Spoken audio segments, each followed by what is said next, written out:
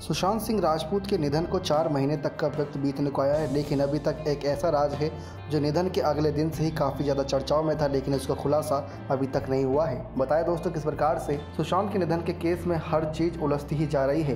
परिवार के आरोप और सीबीआई की जाँच की मांग के बाद से केस को नया मोड़ मिला था, लेकिन अब एम्स की रिपोर्ट में एक्टर के निधन को अपनी जान लेने बताने के बाद ईडी भी केस में कोई लोचा नहीं लग रहा है। अब प्रवर्तन निदेशालय ने यानी कि अभिनेता के बैंक खातों से मनी लॉन्ड्रिंग के सबूत मिलने की बात से इनकार किया है। रिपोर्ट में ईडी के सूत्रों के हवाले से कहा गया है कि सुशांत के परिवार की ओर से गलतफहमी के चलते आरोप लगाए गए थे।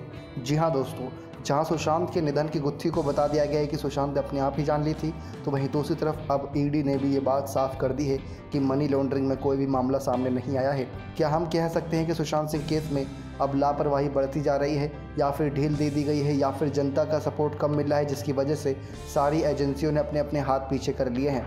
मुंबई मिरर की खबर के अनुसार ईडी के सूत्रों का कहना है कि सुशांत के परिवार को उनके फाइनेंस के बारे में कोई आइडिया नहीं था। यही वजह है कि उनके निधन के बाद उन्हें उनके खातों से बड़े पैमाने पर रकम की गड़बड़ी पर संदेह था। जी हाँ दोस्तों, 15 करोड़ कोई छोटी मोटी रकम नहीं होती।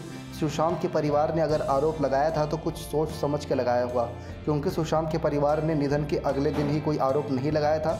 उन्होंने आरोप जब लगाया था जब निधन का 1 से सवा 1 महीना बीत गया था। उसके बाद जब उनको लगा था कि सुशांत के साथ कुछ ऐसा अन्याय हुआ था जिसकी आवाज़ उठानी चाहिए, उनको इंसाफ दिलाना चाहिए, तब जाके सुशांत के परिवार ने आवाज़ उठाई थी। वरना बिन मतलब कि वो अपनी आवाज़ को ज़ाया करने के लिए लोगों के बीच में नहीं आए थे। यही बड़ी वजह थी कि सुशांत के परिवार पर सभी ने भरोसा जताया था, लेकिन सुशांत के परिवार को उनके फाइनेंस के बारे में कोई आइडिया नहीं था, ऐसा कहा जा रहा है। यही वजह है कि उनके निधन के बाद उन्हें उनके खातों से बड़े पैमाने पर रकम की गड़बड़ी कर संदेह जताया गया है। बताया दोस्तों किस प्रकार से सुशांत के खातों में जब से उन्होंने फिल्म इंडस्ट्रीज़ में कदम रखा है तब से कहीं जाके उन्होंने 60 करोड़ रुपए तक के आसपास की कमाई की थी। 60 करोड़ रुपए में से जब उनका निधन हुआ तो 3 से 4 करोड़ रुपए ही इनके बैंक खाते में बचे थे। जी हाँ दोस्तों, 60 करोड़ में से 3 से 4 करोड़ खाते में बचे थे। ये कुछ ज़्यादा ही उलझता मामला नहीं है आपको लगता है? क्योंकि 60 करोड़ और 3-4 करोड़ में कितना अंतर होता है। सुशांत ने नए घर खरीदे थे, सुशांत ने एक ही दिन में 2 कारें खरीदी थी जिनकी कीमत करोड़ों में थी। सुशांत को घूमने फिरने का काफ़ी शौक़ था। सुशांत अपने हर वो शौक़ पूरे करते थे जिसकी वो इच्छा रखते थे।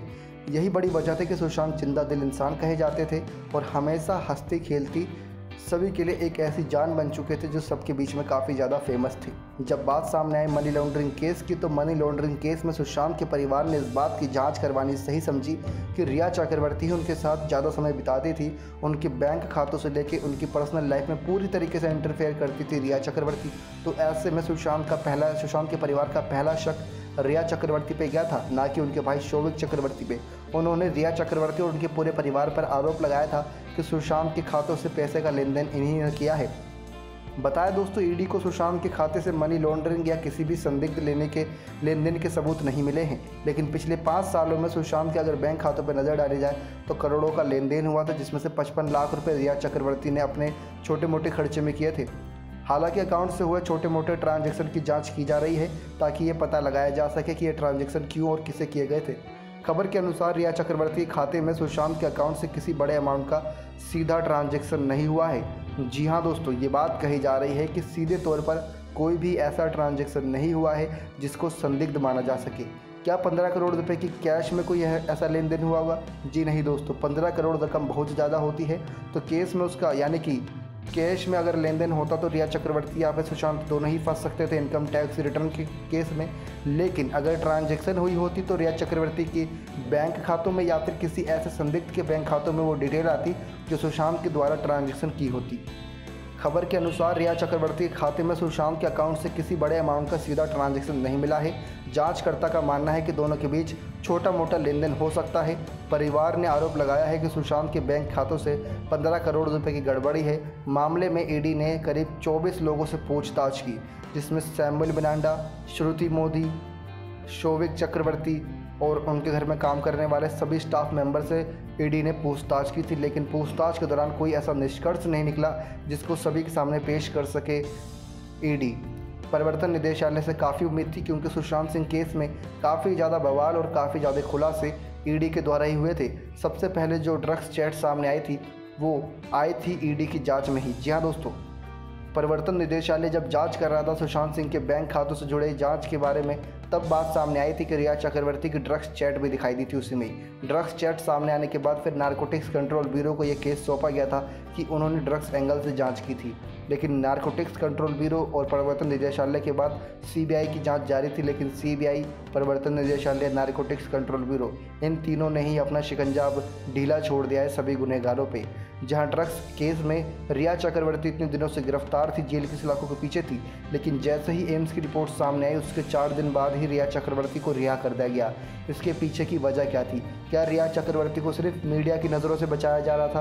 क्या रिया चक्रवर्ती से सिर्फ पूछताछ जेल के अंदर हो रही थी ताकि मीडिया कर्मी उसे घेर ना सके? क्योंकि जब मीडिया वालों के सामने रिया चक्रवर्ती आती थी तो काफ़ी हद तक वो इतना ज़्यादा इमोशनल और टूट जाती थी कि वो अंदर जाके जब भी पूछताछ होती थी तो सिर्फ सच बताना ही ज़रूरी समझती थी, क्योंकि मीडिया के द्वारा खुलासा हो सकता था रिया चक्रवर्ती का, यानी रिया चक्रवर्ती को एक्सपोज किया जा सकता था।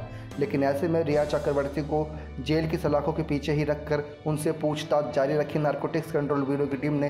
तो वहीं एम्स की रिपोर्ट जब सामने आई, ये बात साबित हो गई कि रिया चक्रवर्ती सुशांत सिंह के जान लेने के पीछे इनका हाथ नहीं है, तो उनको 4 दिन बाद ही रिहा कर दिया गया, जिसके लेकर कई सवाल खड़े हो रहे हैं। यानी कि जिन जिन बड़ी जांच एजेंसियों से अभी तक उम्मीद थी उन सभी ने अपने हाथ पीछे कर लिए हैं और सुशांत सिंह केस में अब सिर्फ यही बात रह गई है कि सुशांत ने अपनी जान अपने आप ली थी, पैसे का कोई लेन देन नहीं हुआ था, लेकिन अपनी जान अपने आप क्यों ली थी इसका खुलासा शायद जीते जी जन्म में ना हो सके, क्योंकि ये सारी बातें सुशांत सिंह के साथ ही चली गई हैं। तो ऐसे में इस बात को लेकर अब हम उम्मीद छोड़ सकते हैं कि सुशांत सिंह ने अपनी जान अपने आप क्यों ली थी।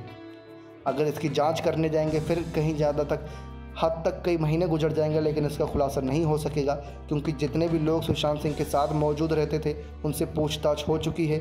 उन्होंने झूठा बयान दिया है या सच्चा वो तो वही लोग जानते हैं, क्योंकि सुशांत सिंह केस में तो रिया चक्रवर्ती ने जब अपने ही प्यार करने वाले पे आरोप लगा दिया कि वो ड्रग्स खूब किया करते थे, मारिजुआना किया करते थे, नशा, और पूरे देश के सामने ये खुलासा किया था, सुशांत सिंह को एक्सपोज किया था, जो सुशांत सिंह अब अपनी गवाही देने के लिए मौजूद नहीं है। तो ऐसे में अब किस पे विश्वास किया जाए, किस पे विश्वास ना किया जाए?